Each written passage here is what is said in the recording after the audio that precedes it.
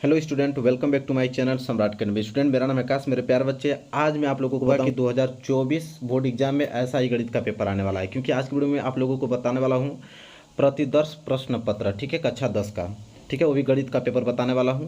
और इस वीडियो को पूरा देख लोगे तो आप लोगों को कम से कम 40 या 45 नंबर आप लोगों का इस वीडियो से क्लियर हो जाएगा, ठीक है। और इस वीडियो में पूरा का पूरा इस पेपर का सलूशन भी बताने वाला हूं। तो वीडियो को लाइक कर दो, चैनल पर नए हो तो चैनल को सब्सक्राइब कर लो। तो ये वीडियो 2024 वालों के लिए बहुत ज़्यादा इंपॉर्टेंट है, जो क्लास 10th में है, ठीक है, और गणित का पेपर देने वाले हैं। तो चलिए मैं आप लोगों को बताऊं कि 2024 में भी ये पूर्णांक आप लोगों का 70 नंबर का ही रहने वाला है। 70 नंबर का आप लोगों का पेपर आएगा और 30 नंबर जो आप लोगों के नंबर मिलेंगे स्कूल द्वारा मिलेंगे, तो टोटल 100 नंबर हो जाएंगे। समय आप लोगों का सेम वही रहने वाला है। 3 घंटे 15 मिनट समय दिए जाएंगे आप लोगों को इस प्रश्न पत्र को हल करने के लिए। और मैं आपको बता दूं, यहाँ पे निर्देश यहाँ पे पढ़ लीजिएगा आप लोग। यहाँ पे पता है कि सभी प्रश्न करना अनिवार्य है, जितने भी प्रश्न सभी करना है। और इस प्रश्न पत्र में 2 खंड दिए हुए हैं, ठीक है। पहला खंड में 20 बहुविकल्पीय रहेगा और दूसरा खंड में आप लोगों को 20 जो बहुविकल्पीय रहेगा ना, उसे OMR शीट पे करना होगा।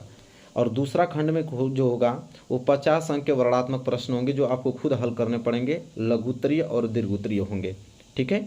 और यहाँ पे बोला भी है कि इस खंड में कुल कितने प्रश्न हैं, तो टोटल 5 प्रश्न हैं जो कि आप लोगों को हल करना है, ठीक है। चलिए सबसे पहले हम यहाँ पे बात करेंगे खंड अ।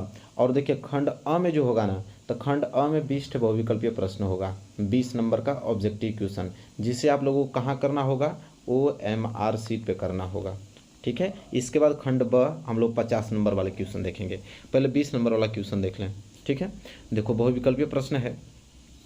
पहला प्रश्न पूछा है कि एक परिमेय संख्या का दशमलव प्रसार सदैव होता है। कोई भी परिमेय संख्या है, अगर उसका हम दशमलव प्रसार करेंगे तो कैसा होगा, अशांत होगा कि शांत होगा, कि यहाँ पे उपयुक्त दोनों, कि इनमें से कोई नहीं। तो जाहिर सी बात है कि कोई भी आप लोगों का परिमेय संख्या है, अगर उसका हम दशमलव प्रसार करेंगे तो वो आपका शांत भी होता है, अशांत भी होता है। इसलिए तीसरा जो है इस प्रश्न का राइट आंसर हो जाएगा, मतलब उपयुक्त दोनों, शांत भी होगा, अशांत भी होता है, ठीक है। यह पहला क्वेश्चन क्लियर हो गया आप लोगों को। देखो दूसरा क्वेश्चन है, एक शून्येतर परिमेय संख्या और एक अपरिमेय संख्या का गुणनफल होता है, ठीक है। एक शून्येतर परिमेय संख्या का मतलब कि शून्य को छोड़ाकर जितनी भी परिमेय संख्या हैं और अपरिमेय संख्या का अगर हम गुणा करेंगे तो हमेशा क्या बनेगा, सदैव अपरिमेय संख्या बनता है, कि सदैव परिमेय संख्या, कि परिमेय अपरिमेय दोनों, कि एक, ठीक है। तो मेरे प्यारे बच्चों, अगर जीरो को छोड़ाकर जितनी भी परिमेय संख्या ले लें और उसका गुणा अगर हम अपरिमेय संख्या से करेंगे तो वो सदैव ही आपका अपरिमेय संख्या बनता है, मतलब दूसरे का पहला सही आंसर हो जाएगा, ठीक है। चलो देखो तीसरा प्रश्न यहाँ पे पूछा है कि रेखाओं x बराबर 0 और 2x + 3y बराबर 12 का प्रतिच्छेद बिंदु है। तो बहुत ही ज़्यादा सिंपल है। x बराबर 0 मतलब इस समीकरण में जहाँ पे भी x है, ठीक है, वहाँ पे 0 को वैल्यू रख दो, y का वैल्यू निकल जाएगा, ठीक है। तो इसका जो राइट आंसर होगा यहाँ पे, जब इसको हल करेंगे तो आएगा आप लोगों का 0, -4 आएगा। तीसरा इस प्रश्न का राइट आंसर हो जाएगा। और चौथा प्रश्न यहाँ पे दिया हुआ है कि वह बड़ी से बड़ी संख्या जिससे 70 और 125 को विभाजित करने पर क्रमशः शेषफल 5 और 8 प्राप्त होता है, ठीक है। तो कौन सी संख्या होगी, बहुत सिंपल है। देखो 70 में से यहाँ 5 घटा लो आप, ठीक है, तो कितने बच जाएंगे यहाँ पे आपके 65, और 125 में से यहाँ पे आप 8 घटा लो तो बच जाएंगे आपके 117, ठीक है। अब इन दोनों का आप लोगों को HCF ले लेना है, वही आप लोगों की संख्या कहलाएगी। और HCF जब इसका आप निकालोगे तो 13 आएगा, तब पहला इस प्रश्न का राइट आंसर हो जाएगा। चलो पांचवा प्रश्न देखो। पांचवा प्रश्न यहाँ पे है कि समीकरण दिया हुआ है कि 2x + ay बराबर 1 और एक समीकरण दिया है 3x - 5y बराबर 7 का कोई भी हल नहीं होगा यदि a का मान होगा। a का मान क्या रख दें कि इन दोनों समीकरण का कोई भी हल नहीं होगा, ठीक है। तो इसका राइट आंसर मेरे प्यारे बच्चों, जब इसको हल करोगे तो तीसरा आएगा, ठीक है, -10 बटे कितने 3। इसका पूरा सलूशन मैं करा दूंगा, यहाँ पे आप लोगों को ऑप्शनल टिक करा रहा हूँ, आप लोग ऑप्शनल टिक कर लो, ठीक है। और यहाँ से इस प्रश्न को अगर आप तैयार कर लेते हो, जितने पेपर मैं आपको बता रहा हूँ टोटल पेपर को तैयार कर लेते हो, इसके सभी प्रश्नों को हल कर लेते हो, तो समझ लो यहाँ से आप लोगों के 40 या 45 नंबर आप लोगों को आराम से मिल जाएंगे मैथ के पेपर में, ठीक है। तो ये बहुत ज़्यादा सीरियस से वीडियो देखना और इसको जितने भी क्वेश्चन होंगे सारे क्वेश्चन को सॉल्व कर लेना। देखो हालांकि सॉल्व मैं करा भी रहा हूँ। देखो छठवां प्रश्न यहाँ पे है कि द्विघात समीकरण 2x² माइनस 4x प्लस 3 बराबर 0 के बारे में निम्न कथनों पर विचार कीजिए। द्विघात समीकरण दिया हुआ है और इस पे विचार करना है। यहाँ पे 4 कथन दिया है। जैसे पहला पूछा है कि दिए गए समीकरण का व्युत्क्रम 0 से कम है। तो देखो व्युत्क्रम निकालना है तो फार्मूला होता है d बराबर b² माइनस के 4ac। यहाँ ABC का वैल्यू निकाल के पुटअप कर देना तो d का वैल्यू मालूम चलेगा। ठीक है, तो यहाँ पूछा है कि दिए गए समीकरण का व्युत्क्रम 0 से कम है, तो बिल्कुल 0 से कम होगा, क्योंकि जब इसको निकालोगे ना तो माइनस में आएगा। मैं ऑलरेडी निकाल चुका हूँ, जब आप निकालोगे ना तो माइनस में आएगा, तो 0 से कम ही होगा। दूसरा है कि समीकरण के कोई मूल वास्तविक नहीं है, तो ये भी सही है, समीकरण के कोई मूल वास्तविक नहीं है। और दूसरा है कि समीकरण का व्युत्तर 0 है, तो 0 तो होगा नहीं। ठीक है, समीकरण के मूल वास्तविक हैं नहीं, वो खुद बोल दिया कि वास्तविक नहीं है, जब इसको निकालेंगे तो वास्तविक नहीं होगा। मतलब ए और बी दोनों सही हैं, तो इसका ऑप्शन नीचे दिया हुआ है। देखो ऑप्शन नंबर पहला ए और बी सही हैं। ठीक है, मतलब 6वें का ए जो है इस प्रश्न का राइट आंसर हो जाएगा। चलो आगे देख लो। आगे देखो 7वां प्रश्न क्या है, कह रहा है कि AOBC एक आयत है। ठीक है, और जिसके 3 शीर्ष AOB दिया हुआ है और पूछ रहा है कि इसका विकर्ण क्या होगा। ठीक है, तो इसका राइट आंसर हो जाएगा मेरे प्यारे बच्चों 7वें का तीसरा, मतलब करड़ी में 34। जब मैं इसको हल करूंगा तो आप लोगों को पूरा डिटेल में बता दूंगा। ठीक है, कि करड़ी में 34 कैसे आया इसको हल करके। ठीक है, तब तक आप इसको कंफर्म कर लीजिए कि तीसरा है, ट्रिक लगा लीजिए। देखो अगला प्रश्न नंबर 8वां, हो सके अपने से अगर कर पा रहे हो तो बहुत अच्छी बात है, आप इसको अपने से कर लेना। 8वां प्रश्न देखो, यदि समीकरण x² प्लस kx माइनस 5/4 बराबर 0 का एक मूल आपको 1/2 दिया है, तो k का मान पूछ रहा है। ठीक है, तो मूल आपको दिया है तो यहाँ पे आप x मान लो, x बराबर मान लो आप 1/2, जहाँ पे भी x है वहाँ पे 1/2 वैल्यू रख लो, तो k का वैल्यू आप लोगों का ऑटोमेटिक निकल जाएगा। वो कितना निकलेगा, तो 2 आएगा। मतलब ऑप्शन ए जो है इस प्रश्न का राइट आंसर हो जाएगा। ठीक है, चलो अगला प्रश्न देखो। प्रश्न सिंपल है, पूछ रहा है कि 2 त्रिभुज समरूप हैं। कह रहा है कि अगर 2 त्रिभुज अगर समरूप होंगे ना, तो इसमें कौन सा कथन सही है, यदि इनके संगत कोण बराबर हों। ठीक है, ये पहला ऑप्शन है। दूसरा ऑप्शन है कि इनकी संगत भुजाएं एक ही अनुपात मतलब समानुपाती में होती हों। और तीसरा उपयुक्त दोनों, और चौथा इनमें से कोई नहीं। तो देखो अगर कोई भी 2 त्रिभुज समरूप होता है तो 2 कंडीशन होती है, उसके संगत कोण भी बराबर होते हैं और उनकी संगत भुजाओं का जो अनुपात होता है वो समानुपाती होता है। इसलिए इसका ऑप्शन सी जो है करेक्ट आंसर हो जाएगा, मतलब उपयुक्त दोनों, मतलब पहला ऑप्शन भी और दूसरा भी। ठीक है, चलिए 10वां प्रश्न देखिए क्या है। 10वां प्रश्न है कि यदि एक समकोण त्रिभुज ABC में कोण C 90 अंश बोला है और AC बराबर 3 सेंटीमीटर और BC बराबर 4 सेंटीमीटर, तो बिंदु C से जाने वाली माध्यिका की माप पूछ रहा है। ठीक है, यहाँ से अगर मैं त्रिभुज बनाऊँ, C कोण मान लूँ, इसको A मान लूँ और इसको B मान लूँ, तो C से जब जाएगा ये माध्यिका, तो इसको मान लेता हूँ D। तो यह माध्यिका की पूछ रहा है कि लंबाई क्या होगी। जब इसे हल करोगे पाइथागोरस नियम से तो आएगा आपका 2.5 सेंटीमीटर। 10वें का ए जो है राइट आंसर हो जाएगा। ठीक है, अगला प्रश्न देखो, प्रश्न नंबर 11 क्या है कि एक समचतुर्भुज के विकर्णों की लंबाई दिया है, एक 16 सेंटीमीटर दिया है और दूसरा 12 सेंटीमीटर। तब इस चतुर्भुज की भुजा की लंबाई पूछ रहा है। ठीक है, तो ये भी बहुत सिंपल, इसमें भी पाइथागोरस नियम जब आप लगाओगे तो इसका जो राइट आंसर आ जाएगा वो आ जाएगा आपका 10 सेंटीमीटर। बहुत सिंपल है, जब इसको लगाओगे तो दूसरा राइट आंसर हो जाएगा। ठीक है, अगला प्रश्न देखो 12वां, 2 समरूप त्रिभुजों की भुजाएं 4:9 के अनुपात में है। 2 समरूप त्रिभुजों की भुजाओं का अनुपात दिया है 4:9 और इन त्रिभुजों के क्षेत्रफलों का अनुपात पूछ रहा है। ठीक है, तो जब भुजाओं का अनुपात दे दें 2 समरूप त्रिभुजों के और उसके क्षेत्रफलों का अनुपात पूछे, ठीक है, तो आप लोगों को सिर्फ वर्ग कर देना है भुजाओं का।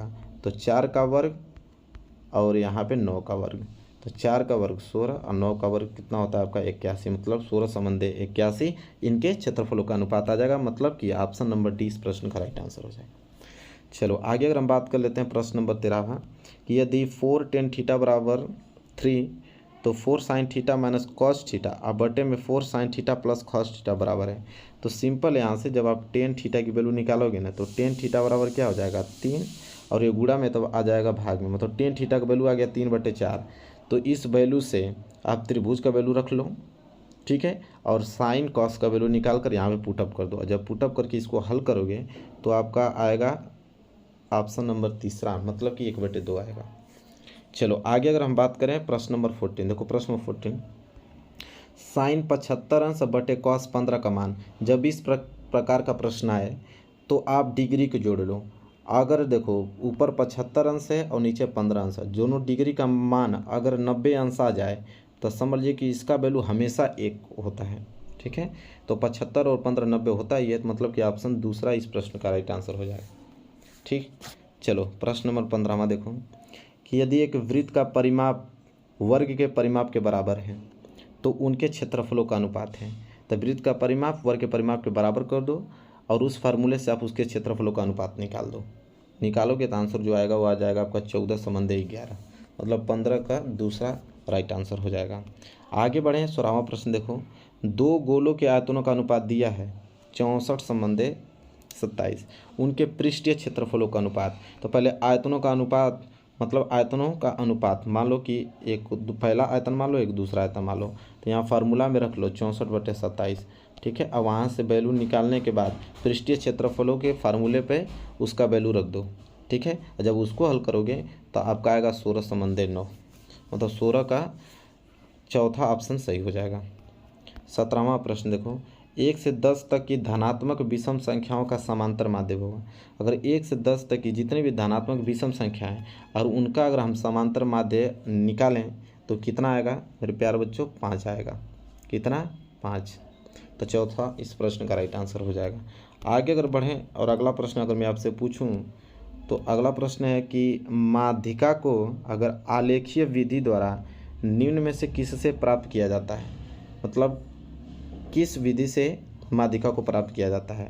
तोरण, आयत, बहुभुज, किन में से कोई नहीं। मेरे प्यारे बच्चों, तोरण विधि से हम लोग किसी भी आलेखीय विधि में उसके तोरण से हम माध्यिका को प्राप्त कर लेते हैं।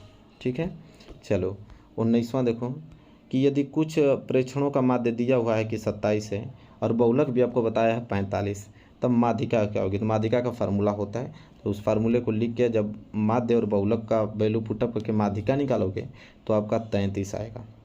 ठीक है, दूसरा ऑप्शन देखो। लास्ट आप लोगों का बहुविकल्पीय प्रश्न है 20वां कि वर्गीकृत आंकड़ों की से अधिक प्रकार और से कम प्रकार की अगर हम संचयी बारंबारता अगर वक्रों के प्रतिच्छेद बिंदु के भुज से आंकड़ों को अगर प्राप्त करना चाहें तो क्या प्राप्त होता है? उसका माध्य प्राप्त होगा कि माध्य की बहुलक की उपयुक्त सभी। तो अगर मेरे प्यारे बच्चों से अधिक प्रकार और से कम प्रकार की अगर संचयी बारंबारता अगर हम निकालते हैं वक्र द्वारा उसके प्रतिच्छेदन बिंदु से तो हमेशा आपका माध्य प्राप्त होता है। ठीक है, दूसरा ऑप्शन राइट आंसर हो जाएगा। तो देखो 20 बहुविकल्पीय खंड अ में हो गया और खंड ब में आप लोगों के 50 नंबर के क्वेश्चन आएंगे जो कि आप लोगों को खुद कॉपी पे सॉल्व करने होंगे। ठीक है, तो मैं आपको बता देता हूँ, दिखा देता हूँ किस प्रकार प्रश्न आएंगे और उसको आप देख लो, इसके बाद सॉल्व कर लेना ईमानदारी से। ठीक है, देखो पहला प्रश्न यहाँ पे 2 नंबर के लिए पूछा गया है, इसको पूरे के पूरे सॉल्यूशन कर लेना। मैं पेपर आप लोगों को एनालिसिस करा रहा हूँ कि किस प्रकार पेपर आएगा। अगर पेपर तैयार कर लेते हो तो मैं बताया आप लोगों की 40 से 45 नंबर यहाँ से आप लोगों के आराम से बन जाएंगे 2024 बोर्ड में। जैसे पहला ऑप्शन, अरे पहला जो क्वेश्चन बोला है इसने कि 2 क्रमागत धनात्मक पूर्णांकों का गुणनफल अगर 2 से विभाज्य है तो यह कथन सही है या गलत? कारण बताना है आप लोगों को हल करके कि विभाजित होगा कि नहीं। इसे हल करके बताएंगे, 2 नंबर आप लोगों को मिलेंगे। दूसरा है कि यदि कॉट थीटा बराबर 7/8 तो यहाँ पे वैल्यू दिया है, तो सिंपल कॉट बराबर 7/8 है ना, तो यहाँ पे त्रिभुज बनाकर कॉट का वैल्यू रख लो। कॉट का वैल्यू निकालने के बाद वहाँ पे साइन और कॉस का वैल्यू निकाल लो, फिर इस जो समीकरण इतना बड़ा दिया है उसमें वैल्यू पुटअप कर देना तो आंसर आपका निकल जाएगा। ठीक, अगला वाला प्रश्न देखो, कह रहा है कि एक शंक्वाकार बर्तन जिसका आंतरिक व्यास तो 10 सेंटीमीटर दिया है और ऊंचाई 24 सेंटीमीटर दिया है और वह जो आप लोगों का शंक्वाकार बर्तन वो पानी से भरा है और पानी को एक बेलनाकार अगर बर्तन जिसकी आंतरिक व्यास अगर 20 सेंटीमीटर है उसमें डाला जाता है तो बेलनाकार पात्र में डाले गए पानी की पूछ रहा है ऊंचाई। ठीक है, पृष्ठीय क्षेत्रफल तथा आयतन चैप्टर से लिया गया है, जाके आप किताब में खोलोगे तो प्रश्नावली 1 उसका जो पहला प्रश्नावली है उसी में एक क्वेश्चन दिया है, आपको मिल जाएगा 2 नंबर के लिए, वहाँ से ढूंढ कर उसको सॉल्व कर लेना। और ये आप लोगों को तो मालूम है, समांतर माध्य इसका ज्ञात करना है, वर्ग अंतराल आपको दिया है, बारंबारता भी दिया है, तो समांतर माध्य आप आराम से ज्ञात कर सकते हो, 2 नंबर के लिए प्रश्न है। ठीक है, प्रश्न देख लो, यही सारे प्रश्न बनेंगे आप लोगों को, इस कैटेगरी के बनने वाले हैं। बस इन सारे प्रश्नों को अगर सॉल्व करना जानते हो तो समझ लो कि उस सारे प्रश्नों को सॉल्व कर दोगे जो 2024 में पेपर आने वाले हैं गणित के। ठीक है, देखो बिंदु दिया है 4,6 और बिंदुओं का जो प्रतिच्छेदन बिंदु दिया है a-6,10 और b का दिया है 3,-8, उसको जोड़ने वाले रेखाखंड को किस अनुपात में विभाजित करेगा ये पूछ रहा है। ठीक है, तो यहाँ से आप लोगों को 2 नंबर मिल जाएंगे अगर इसको सॉल्व करते हो तो। 6 वाला देखो, k का मान ज्ञात करना है। अगर बिंदु आपको दिया है a, b और c, तीनों बिंदु दिया है a, b, c, अब उसमें बोला है कि यह संरेखी हो, तब संरेखी होता है तो इसका मतलब त्रिभुज का क्षेत्रफल 0 के बराबर हो जाएगा। और जब फार्मूला रखना है और उसको 0 के बराबर कर देना है। ठीक है, और यहाँ से x1, x2, y1, y2, ठीक है, यहाँ पे वैल्यू रख देना तो k का वैल्यू निकल जाएगा। ठीक है, फार्मूला अगर मालूम है आप लोगों को तो आराम से कर पाओगे इसको। अब यहाँ से 4 नंबर के लिए प्रश्न स्टार्ट होंगे। दूसरा प्रश्न है कि निम्नलिखित में से किन्हीं 5 खंडों को हल करना है। टोटल 5 खंडों को हल करना है और एक प्रश्न 4 नंबर के लिए है। देखो क वाला है कि ग्राफ द्वारा जांच कीजिए कि रैखिक समीकरण युग्म, एक तो आपका रैखिक समीकरण दिया है 2x + y - 6 = 0 और दूसरा दिया है 4x - 2y - 4 = 0। अब उसमें बोला है कि ये दोनों जो रैखिक युग्म हैं संगत हैं। अगर यदि ऐसा है तो ग्राफीय विधि द्वारा हल ज्ञात कीजिए। तो पहले तो आप इन दोनों समीकरण की तुलना करके देखिए संगत है। अगर संगत होगा तभी आप ग्राफीय विधि से इसको हल करोगे, अगर असंगत रहेगा तो हल करने की ज़रूरत ही नहीं है। ठीक है, ख वाला देखो, 2 संख्याओं के वर्गों का अंतर दे रखा है 180 है। छोटी संख्या का जो वर्ग है ना वो बड़ी संख्या का 8 गुना है, तो दोनों संख्याएं ज्ञात कीजिए। तो यहाँ से पहला जो बोला है 2 संख्याओं के वर्गों का अंतर, तो यहाँ से पहला समीकरण बन जाएगा। और छोटी संख्या का वर्ग बोल रखा है कि बड़ी संख्या का 8 गुना है, तो दूसरा समीकरण, दोनों समीकरण को हल कर लेना, दोनों संख्याएं प्राप्त हो जाएगी। 4 नंबर आप लोगों को मिल जाएगा। तो इस प्रकार के पेपर पूछे गए हैं और इस प्रकार के ही पेपर आने वाले हैं आप लोगों को। इन सारे प्रश्नों को अगर हल करना जानते हो तो उसको भी कर लोगे। अगला प्रश्न है कि 4 सेंटीमीटर त्रिज्या के एक वृत्त पर 6 सेंटीमीटर त्रिज्या के एक समकेंद्रीय वृत्त के किसी बिंदु से एक स्पर्श रेखा की रचना कीजिए और उसकी लंबाई माप कर लिखिए। मतलब कह रहा है कि 4 सेंटीमीटर त्रिज्या का एक मान लीजिए वृत्त है और इसी को केंद्र मानकर एक अगर हम 6 सेंटीमीटर त्रिज्या का वृत्त बना लें, ठीक है, तो कह रहा है कि इस वाले जो बड़ी वाली यहाँ पे वृत्त है उससे छोटी वाले पे स्पर्श रेखा खींचना है। ठीक है, ये पूछ रहा है। तो देखो आराम से रचना वाला क्वेश्चन है, 4 नंबर हो जाएगा आप लोगों का। अगला प्रश्न है कि 2 खंभे जिनकी ऊंचाई दिया है, एक 6 सेंटीमीटर का है, एक 11 सेंटीमीटर का खंभा है और ये जो हैं समतल भूमि पर खड़े हैं, मतलब इस तरह समतल भूमि पर खड़े हैं 2 खंभे, और इनके 5 बिंदुओं के बीच की दूरी 12 सेंटीमीटर दिया हुआ है कि 12 सेंटीमीटर 5 बिंदुओं के बीच की दूरी है। तो उनकी ऊपरी सिरों के बीच की दूरी ज्ञात करने के लिए पूछ रहा है। ठीक है, 4 नंबर के लिए भी प्रश्न है। और अगला प्रश्न भी आप लोगों का पूछा है यहाँ पे माध्यक, ऊंचाई सेंटीमीटर में दिया है, लड़कियों की संख्या भी दिया हुआ है। ठीक है, और पूरा टोटल x लड़कियों की संख्या 51 दिया हुआ है। ठीक है, सर्वेक्षण किया हुआ है, आपको सिर्फ यहाँ से क्या निकालना है, माध्यक की ऊंचाई ज्ञात करना है। अगला प्रश्न देख लो। अगला प्रश्न में भी वही आप लोगों का है कि यहाँ पे माध्यक दिया हुआ है और x और y का मान पूछ रहा है, वर्गांतराल भी आपको दिया है, बारंबारता भी दिया हुआ है। तो 4 नंबर यहाँ से आप लोगों को मिल जाएंगे। ये सारे प्रश्नों को हल कर लेना आप लोग। और यह प्रश्न तो हमेशा से बनता है, तो इसमें कोई दो राय नहीं है। 2 चर वाले रैखिक समीकरण युग्म का यह क्वेश्चन है जो कि हर साल आता है, तो कॉमन है, इसको तो आपको हल करना आना ही चाहिए कि निम्न समीकरण के युग्मों को रैखिक समीकरण के युग्म में बदलकर हल करना होता है। एक समीकरण पहला यहाँ दिया है, दूसरा यहाँ दिया है, इसको अब रैखिक समीकरण युग्म में बदल के हल करना होता है। 6 नंबर के लिए प्रश्न आता है। अगर ये नहीं कर पाते हो तो अथवा करके एक ऑप्शन और देता है कि दोनों में से कोई एक कर लो।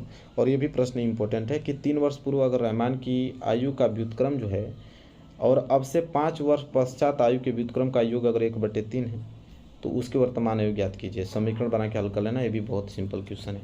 तो दोनों में से कोई एक ही करोगे, ठीक है, दोनों नहीं करना होता है क्योंकि अथवा दिया है ना, दोनों में से कोई एक करोगे 6 नंबर आपको मिल जाएगा।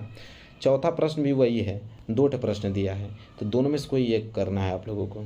ठीक है, तो यहाँ पे क्वेश्चन आप लोगों को देख रहा है, पढ़ लेना।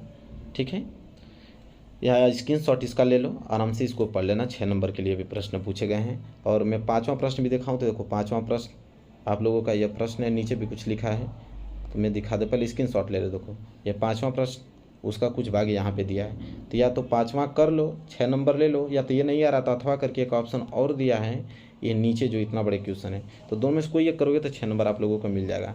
इसके बाद पूरा का पूरा आप लोगों का पेपर समाप्त। ठीक है, तो क्या था 20 नंबर का ऑब्जेक्टिव जो कि हमने करा दिया है, और 50 नंबर का वर्णनात्मक प्रश्न जो कि 4 नंबर और 6 नंबर के लिए थे, जो कि आप लोगों को उसमें कॉपी में हल करना होगा इसको। अगर ये जितने क्वेश्चन मैं बताए हो सारे क्वेश्चन अगर आप लगा पा रहे हो तो समझ लो कि आप लोग बहुत अच्छे नंबर लाने वाले हो। नहीं लगा पा रहे हो कमेंट करना, उसके लिए मैं स्पेशल वीडियो बना दूंगा, हल करके मैं आप सोल्यूशन आप लोगों को बता दूंगा। ठीक है, तो आई होप आपको क्लियर हो गया होगा, और इस वीडियो की हेल्प से आप लोगों के 40 या 45 नंबर क्लियर हो गए। तो वीडियो पसंद आई तो लाइक कर देना, चैनल पर नए तो चैनल को सब्सक्राइब कर लेना, क्योंकि इस बार 2024 की पूरी की संपूर्ण तैयारी में कराने वाला हूँ इंपॉर्टेंट क्वेश्चन के साथ।